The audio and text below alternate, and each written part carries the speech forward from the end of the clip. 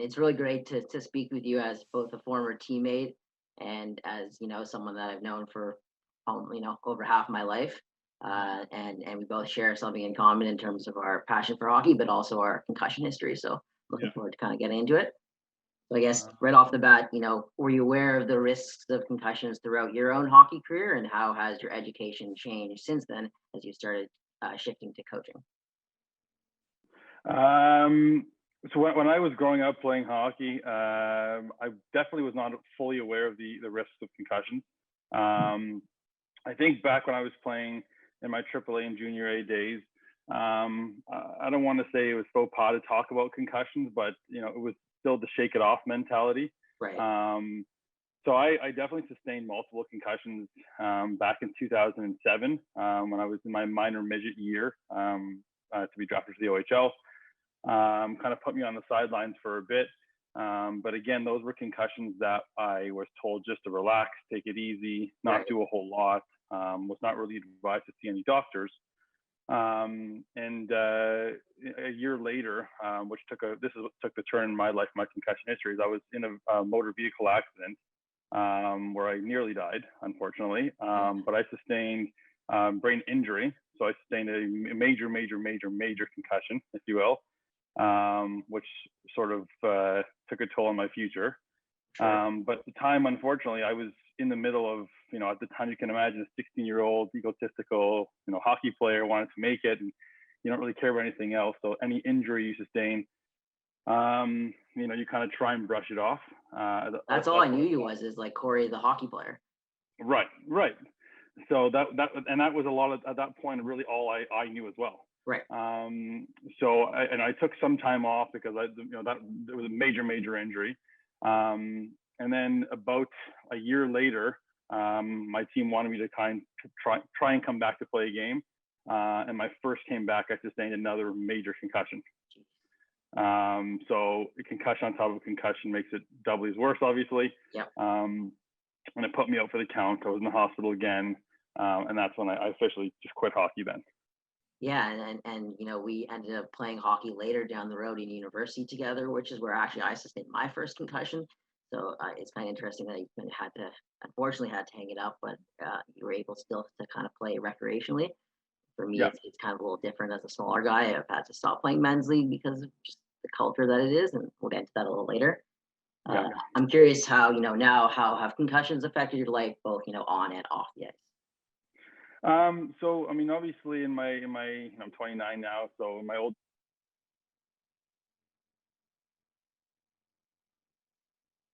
I've always tried to sort of insert myself in situations and in leagues where it's low risk, where I know the guys that I'm sort of playing with. I try not to go 10 out of 10 in every single game, Right. not in the corner. So I try to minimize my risk as best I can.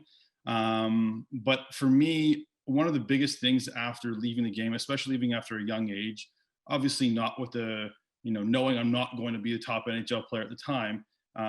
It was obviously back then it was a huge blow to my life, really. Sure. Hockey not only a part of me, but it was a very therapeutic aspect of my life, and losing that was detrimental. So I felt that over the years playing some sort of hockey was better than playing nothing. For So sure. again, obviously an element of risk involved in playing any kind of contact sport. Sorry, any kind of sport, even though there's no contact, which is men's league. But I felt over the years it was just more important for me to still have that, even if it's once a week. Has it affected me? For sure, because every time I'm on the ice, in the back of my head, I'm always worried about Getting some another one. and getting just knocking my head. And so it's affected. I don't want to say it's affected my love for the sport, but that inner fire driven passion has obviously faded a little bit because it's different. No, and you bring up a really good point, the idea of, someone as an athlete that's been in the sport their whole life, it's more than just playing the sport. It's the part of who they are, it's their identity. And, Yeah. one thing I've had a conversation with several guests on this podcast is the idea with athletes facing that identity crisis after they retire. So I'm curious if that's something that, you dealt with, and how you're persevering through that now.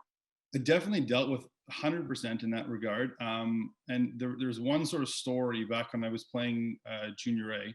for North York Rangers. And this was after my motor vehicle accident. So I was technically still on the roster for that team. Every doctor told me, it's not a chance you're playing. Don't go back. Don't go back. But my coach and my teammates at the time, I was still one of the younger guys. They made it very important to allow me to be around the rink. If we went on sort of an away game or an away tournament or whatever it might have been, they still said, come along, just come with the boys, come have fun, come support each other. They supported me. I don't think, to be frank, that they were fully aware of, what I was going through dealing with concussion, but they knew that I was obviously not healthy enough to play. So that was enough for them to support me. So me just making that effort to be around and be part of the game, it definitely helped at the time a lot, because obviously all I wanted to do was get back out there. But I think whether it's in younger years or in pro or semi-pro, anytime someone has to leave the game for a concussion or anything else, it's a big deal. I mean, it's major. It takes a toll. Mental health is a big aspect of it as well. And I think that's also a topic that is kind of synonymous with concussions. Is Go hand in hand. Go hands in hand, absolutely. No, and you bring up the idea of you talked about a sense of belonging, and I never played any high up level of hockey, but when I got my last concussion, I was still very much involved in the two men's league teams I played on. I was the team administrator, brought the pucks, brought the water balls, and just for me, like I just exactly what you described. I wanted just to be there to be with the guys, and the for me the crushing part about it was every week I would go to get the same 4 or 5 guys asking, "Hey Joel, you look fine. Come out, go play hockey." And like that's the only thing I wanted to do was be out there. But that in the back of my mind, like that false sense of insecurity is awful. Yeah, 100%. And I think that as well is what you said, and I think in some of your previous guests has been talked about, is that concussions are a silent injury. I mean, they're not something that you can quantify, that you can identify, that you can say, this is worse than this. I remember when I sustained my earlier concussions back in 2007. They would classify it as a level 1 concussion or a level 2 concussion. And what that really meant was you just jolted your head a little harder. Right. But at the same time, the doctors that were diagnosing that or classifying that, they were not there. So how would they know what that was? Right. They have no idea. They have no idea. So, and that's the point exactly, is that you don't really know exactly what someone's going through. Someone might have hit their head a little bit and they're having major symptoms, and someone might have smashed their head extra hard, went unconscious, and vice versa, might be having minor symptoms. So sure. It's a silent, and when Sidney Crosby back then was going back with all of his concussion issues, then it really started to get some light about it being a silent injury and really treating it as if someone were to damage, break their leg, for example. Yeah, and I'll add that like anyone can go through it. The best player in the world can go through it. Yep. Any one of us can go through it. And you brought up a really good point there, the idea of mental health and it not being talked a lot, and if they go hand in hand with concussions. So I'm just curious, as your perspective as a coach now, what can we do to kind of improve mental health and concussion issues in both minor hockey and in professional hockey? Right. I definitely think that, I mean, so I'm not currently coaching, but a couple of years ago, I coached the AAA minor Adam Toronto Marlies for a couple of years, which was a phenomenal experience, because it sort of got me back in the game a little bit. I was in the dressing room, Sure. having fun, had some great coaches. But hockey in general, whether it's at a young age up to OHL, NHL, wherever it might be, there's always going to be that culture of aggression, no matter what. It's an aggressive sport. So kids are always taught to go as hard as they can, go 110%, even though at minor Adam there's no contact. They're still taught to go as hard as they can, no matter what. To be like a pro, for sure. Exactly. And I think at times a lot of parents, sort of get blinded to the realities of it. I saw firsthand multiple times where kids, were a little rough in the corner, and these are kids, and they smacked their head really hard, and they would come off, and their parent would come over, and they would say, "Oh, he's okay, shake it off, you're fine." And that's not okay whatsoever. Not at all. It's just not okay. If your kid was at home in the basement and he fell, God forbid, fell down the stairs and whacked his head on the wall, I don't think you would just tap him on the head and say, you're okay, let's go on with our day. You would sit them down, you would ice their head, and see if everything's okay, let them rest for a bit instantly. So But the second the hockey helmet's on and the skates are on and they're on the ice in the middle of a game, that shift changes. Yeah. So I really do think there's got to be a major emphasis from day one at all levels of hockey as to not only player safety, but what a concussion is. And understanding exactly that anytime you hit your head, your brain is rattling around inside the skull, and it's causing damage. Yeah, every single time, and every time you further do it, you're some more susceptible to get even more prone bigger Exactly. injuries and more symptoms. And Mhm. on that same topic, like, do you think that parents play a big role in creating that stigma around, the hockey culture and being tough and being like a professional? I think so. I definitely think there's two sides of it from the parent standpoint. I think that parents there's the parents that I call these parents my kid's going to the NHL kind of parent, and they'll sort of do. There's nothing wrong with that, but they'll do whatever it takes, no matter what, to make sure that their kid gets that extra Yeah. step. And God forbid if their kid gets a small injury in the game, they're going to figure out a way to make sure they play in the next game, as opposed to making sure they get the right recovery and treatment. Playing is the most important Uh, thing to them. right. And that's number one. And number two, especially with younger kids, they don't want to miss out on this activity, right? So even if they're playing, let's say they're playing AAA hockey, they don't want to have to miss out on, the parents don't want them to have to miss out on any future games or being with their friends. So they kind of just shrug it off as it not being anything important. Or kids bump their head all the time. It's more important for him to be with his friends or her be with her friends. So I feel that there's got to be a shift. There's got to be accountability that starts at home, really. For sure. And I really think education on it is the most important. Over the years, the topic of concussions and the ramifications, short and long term, have obviously come more light, and it's starting to be discussed a little bit more. But I don't think there's enough institutional information. Like, I think each league, each sports league should have the fundamentals explained from day one, so people truly understand not only the risks, but what's going to happen. Because some might call me negative for saying this, but when you're participating in sports, contact or not, at a high level, injuries and hitting your head are unfortunately inevitable. Yeah. Unfortunately, as in so much as there's contact in hockey, fighting obviously at a semi-pro and pro level, you're always going to be hitting your head. So the only way obviously to prevent that is to not have any contact, but that's just not going to happen. No. So I really think the education aspect is the most important thing. Understanding, letting parents, coaches, kids understand that when you hit your head, it's the exact same as if you were to break your arm and put a cast on. You have to treat it the same way. I think we can do a much better job at that. For sure. And you think, as a coach that's also been through concussion issues, do you think you have more of an emphasis on player safety yourself? 1,000%, 1,000,000%. I think when I was coaching, when I was behind the bench, obviously I'm involved in the game. I'm excited. I'm trying to coach, trying to be with the kids, but my eye is always looking out for any injury. If a kid goes down in the corner, my first instinct is not, what's going to happen in the next play. Even if it's on the other team, I'm looking. I'm watching them skate to the bench, see how they are, see the reaction. There was actually one time where a kid from another team, fell awkwardly into the boards. I noticed that he whacked his head on the yellow part of the boards. He skated off, put his head down, and the coach just tapped him on his helmet and just walked away.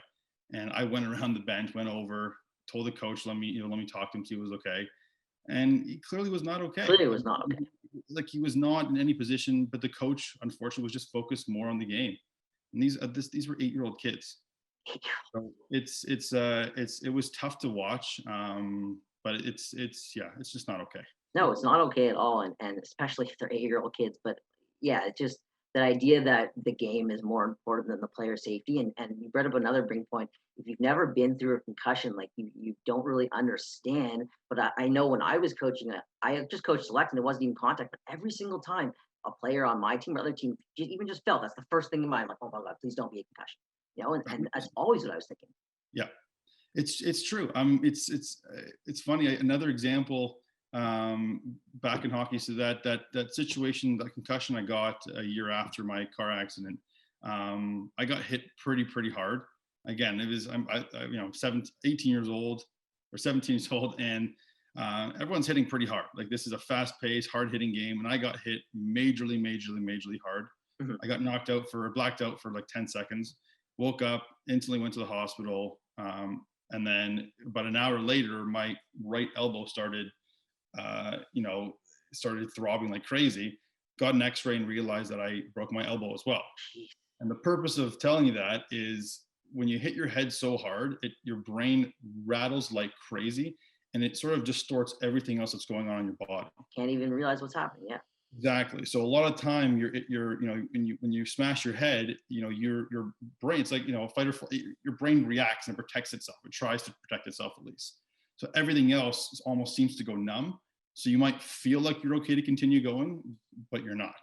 And I'll add, it's like you can't have that person who suffered the injury, or anyone that's a party, a coach that cares about the game more about the injuries, decide on that injury. It needs to be safety first, because if they Yeah. think about the game first, then the player's never going to get the proper care that he needs. No. I mean, you played hockey, I played hockey, and many of the listeners here, I'm sure, have played hockey at any level. When you're in the middle of a hockey game, you're in it, right? You're not thinking about anything else. You're focused on the game. You block everything out, no matter what. So the last thing you want is to leave a game, even if it's men's league. So 100%. I think it's in minor hockey, it's on the onus of the parents. It's on the onus of the coaches. In some organizations, it's on the onus of the league. I mean, in the GTHL, I think, I mean, to take a step back, in the NHL, I know they've instituted, I think it's a couple of years ago, something called concussion spotting. Yeah. So the league has a couple representatives up top monitoring any possible concussions during the game. And if they feel someone shouldn't be playing, they have the right to remove them from the game. Exactly. So why can't that be the same thing in GTHL, OMHA, and other leagues around the country?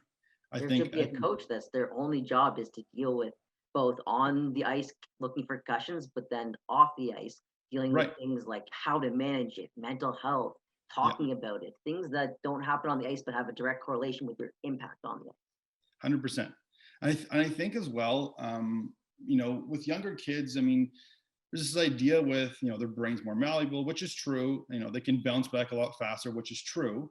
But, you know, a concussion is sort of a general category. And there's something also called a subconcussive impact. And that's pretty much just a concussion that's not a full-blown concussion. Right. So it's almost repeated hits to the head over and over and over will eventually cause damage. So it's almost like, you know, and this applies very much so in minor hockey. So it's almost like if you're driving in a car and, you know, your tire goes over a massive pothole, the tire shatters. You obviously know there's damage there and you have to get a new tire. But if your car goes over little potholes day after day after day after day, you know, damage is going to build up. So these subconcussive impacts are the same thing in minor hockey. So if a kid, whether they're 8, 9, 10, 11, whatever they are, just keeps getting minor hits to the head over and over and over and over, it's going to cause damage the same way that one massive hit to the head will. And that kid's only, I mean, to our credit, I'm sure we were both the same. That kid is only focusing on playing the sport and being with their friends. And if they don't have a parent or a coach looking out for their health and safety first and foremost, then yeah, then it's completely wrong. And that's what I want to have these conversations. Absolutely. On a related, not on minor hockey, but on men's league, because it's something that, you know, I'm really passionate about. It's the reason I stopped playing hockey. I'm curious if you have, you know, an idea about how the culture of men's league is and if it really needs to change.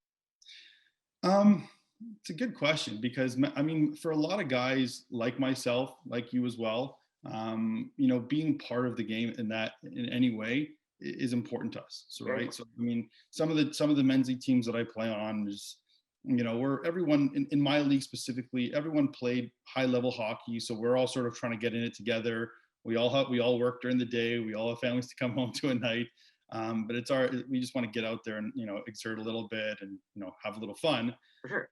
The problem, unfortunately, is there's some leagues I find, and I can only speak for the Toronto area because that's where I'm from, is there's leagues where guys get way too aggressive. And it's almost like they're exerting way too much aggression. I've had to leave leagues because of, you know, crazy teams, as many people may know. Yep. I think the problem is that in the level A men's leagues, people just take it too seriously. And people have no regard that, if someone gets injured, they still have to wake up and go to work tomorrow. They They still have a still life to wake live. up and deal with it. Exactly.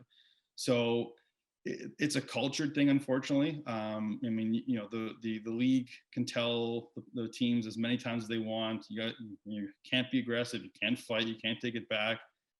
But you get a bunch of competitive guys out there on the ice. You can't stop it, unfortunately. No, you can never take the Um, aggression out of the hockey players. You can take it out of the game, but never out of the player. And no, I'll exactly. add, for me, the issue I find with men's league is when you're playing in those higher up leagues, is you're getting a lot of players and a lot of teams, exactly like you said, who played together or played higher up, and they almost are just imagining that it's the same hockey, that that they Exactly. want to be playing professional, they want to be playing that level. It's not. It's safe hockey.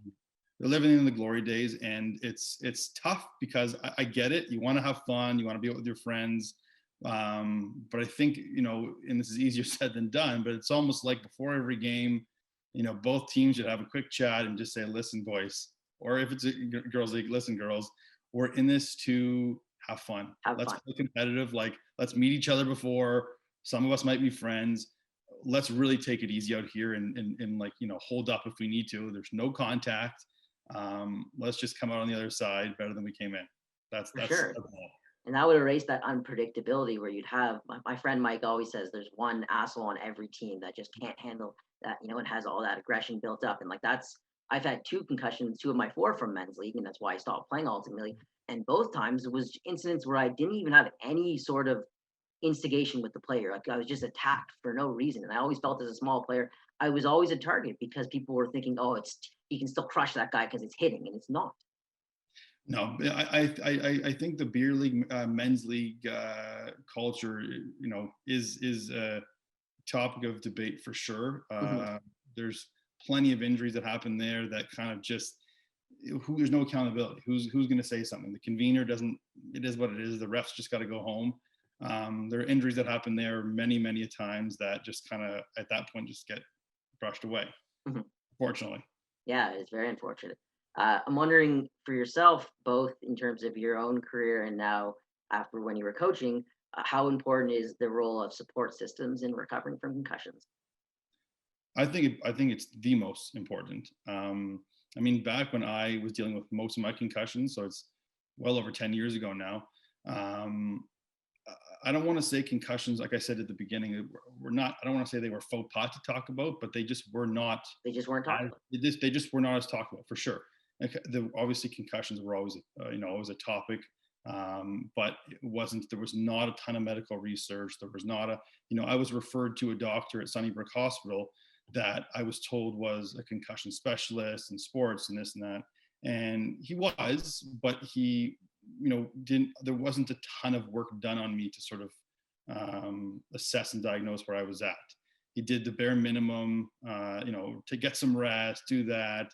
And now I know sometimes when people go to hospitals or get treatment, it's a lot more elaborate. There's a lot more done. So the support systems that I got were in my personal life, really. I mean, Mhm. I saw my fair share of doctors over the years, but my family, my friends, it was unbelievable the support. That there's no judgment ever. They just said, "Let me know what I can help with," or just showed up and did things. It's that I think family, friends, coworkers. If someone's brave enough to say, "Listen, I am dealing with concussion symptoms," then you got to look after them. I Yeah, mean, if a friend or a colleague or a family member broke their femur bone and was in a cast in a wheelchair for 3 months, you would make every effort you can to push them around or do what you can. bring them food. Got to be the Absolutely. same thing. It's got to be the same thing for concussions. It has to be the same Has to. thing. It goes both ways. The person that sustained the concussion has to find people they're comfortable enough to sort of share that with, which is tricky sometimes, and say, "Look, listen, this is what I'm going through." And on the vice versa, is someone, a friend of that person, or a friend or family or a colleague has to identify that and do everything they can to support. Yeah, they have to be the ones to initiate and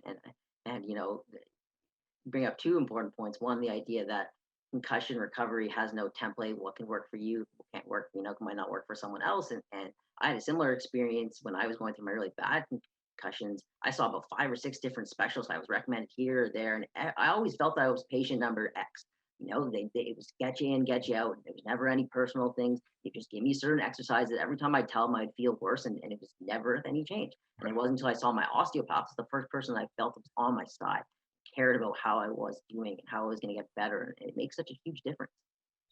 100%. And on that note is I feel that nowadays there are tons of specialists and rehab specialists and cognitive specialists and psychiatrists and whatnot that can give you their opinions, therapy ideas. But I went to go see, this is a couple of years ago, maybe 2 years ago, a highly recommended specialist that deals with head injuries, brain trauma, whatnot. And I went on a Thursday morning, I think it was, early in the morning when I was feeling good that day. I had no headaches, I had no blurry, I had no days, whatever it was. And I performed well on the tests. And he said, Right. "Oh, you're doing fine." But other days I'm horrible. And if I were to do that test during those horrible days, then I probably wouldn't perform very well. So yes, concussions symptoms can spike at different times. Yes, there is no template for recovery. And there really is no sort of agenda for how it has to be done, A, B, C, D. It just has to be, one step at a time. I obviously, right after a head injury or concussion, it's rest, taking it easy, doing those things to sort of minimize it. But down the line, there's no roadmap, unfortunately. Sure. And it's why I want to have these conversations. I want to be able to help people that are struggling, but I really do want to be able to reach those people that are indirectly related to someone struggling, whether that be, a family member, a boyfriend, a girlfriend, a boss, someone that just may not understand and really does need to understand. One point, just generally about concussions that I find, and I think for anyone listening that is themselves or has a family member or friend dealing with concussion, major or minor, is to treat concussions or treat brain injury like damage to a muscle. So if, in its simplest form, I mean, if you injure your muscle or tear a ligament or whatever, you're going to rest. You're not going to use that knee if you tear your MCL. You're going to sit on the sidelines and rest it and wait till it heals. You have to treat the brain in the exact same way. If you sustain a brain injury or sustain a concussion, you have to hold back any kind of output that your brain needs to do. Stop thinking. Don't go away from light.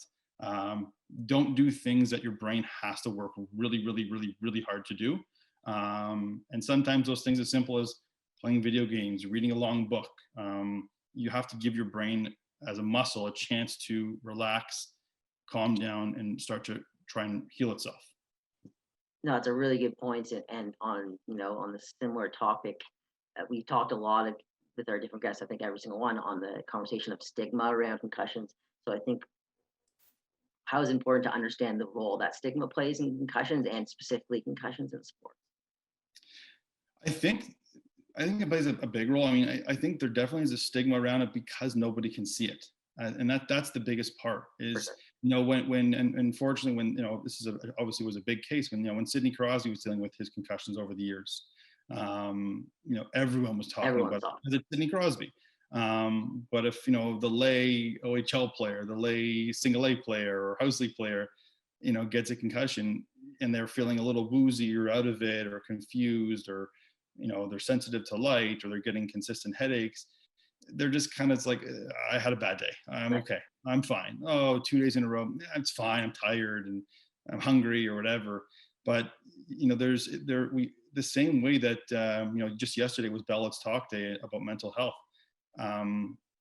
Concussion, the stigma of concussion, it has to be talked about. I mean, because concussions, last year alone, there were, 4.8 million concussions sustained in sports alone, in minor sports alone, sorry.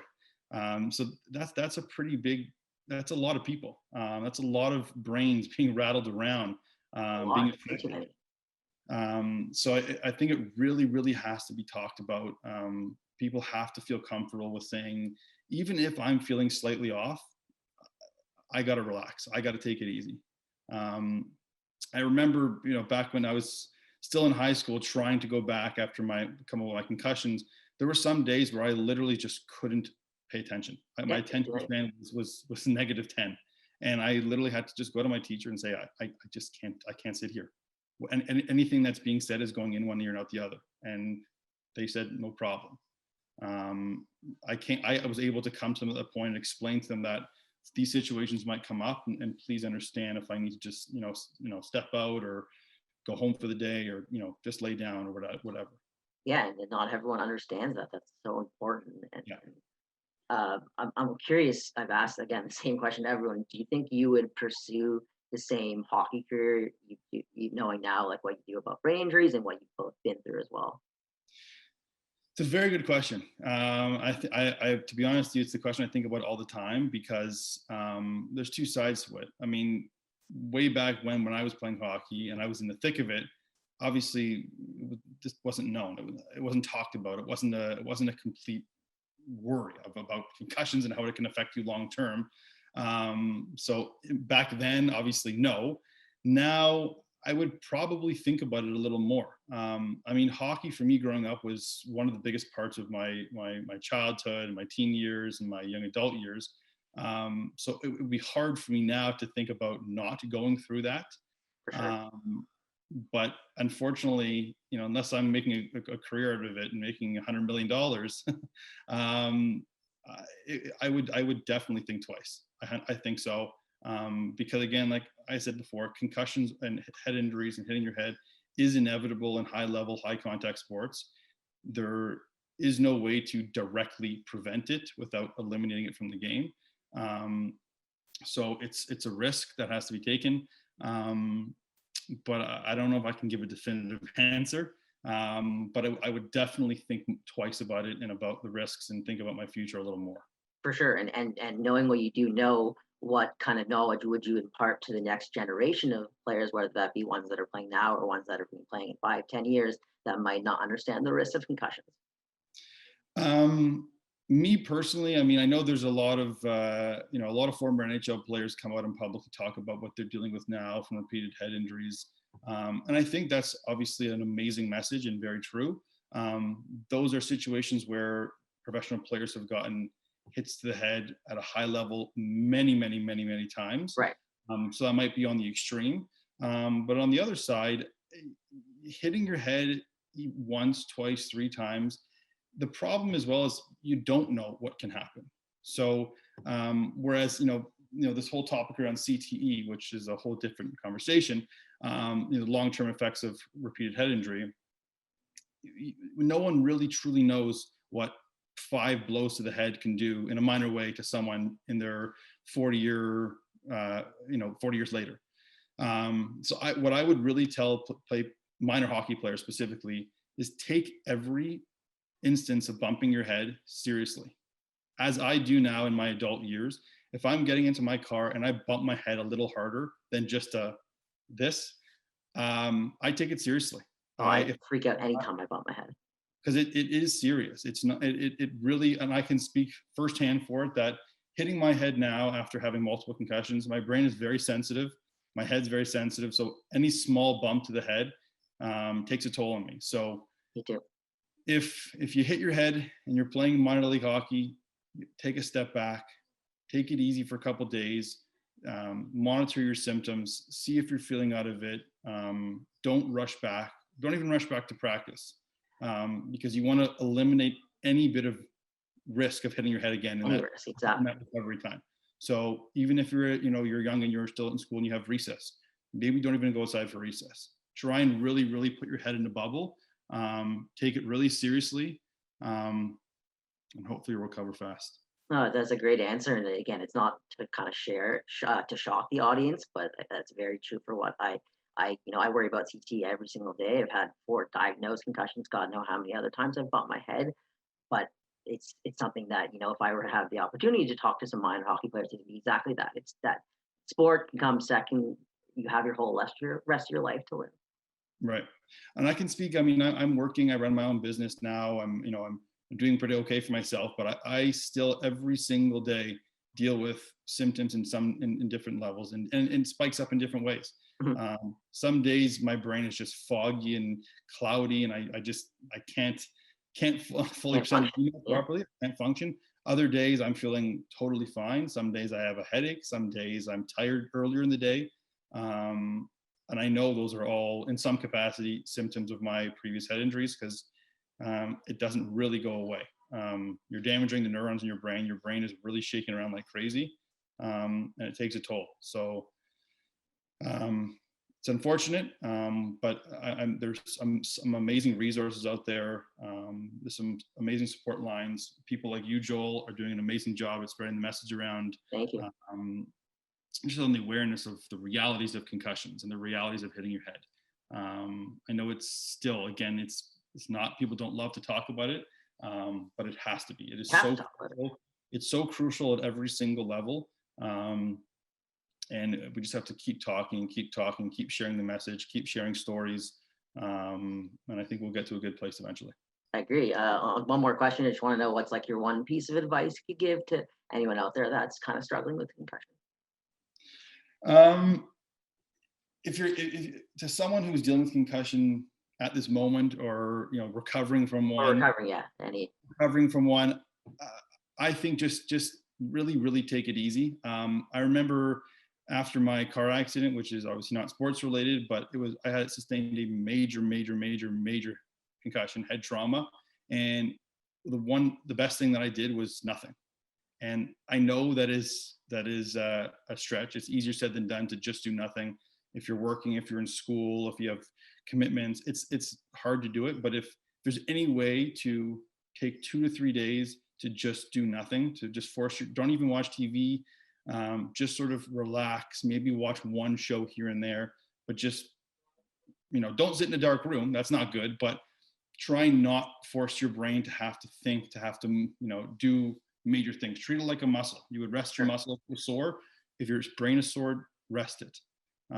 That's the most important thing. I think a lot of people that sustain a concussion go back to living their life as normal and not giving your brain the proper chance it needs to recover, to heal. Because I really do think that if a concussion is sustained and a person allows it to heal right away, you can recover. You can go back to normal, no problem. But it's when it's neglected, that's when the problems start to come out. Absolutely. And I think that's a really good point. And I really do thank you for coming on and talking with me today. And hopefully it was great for you, because I really do appreciate it.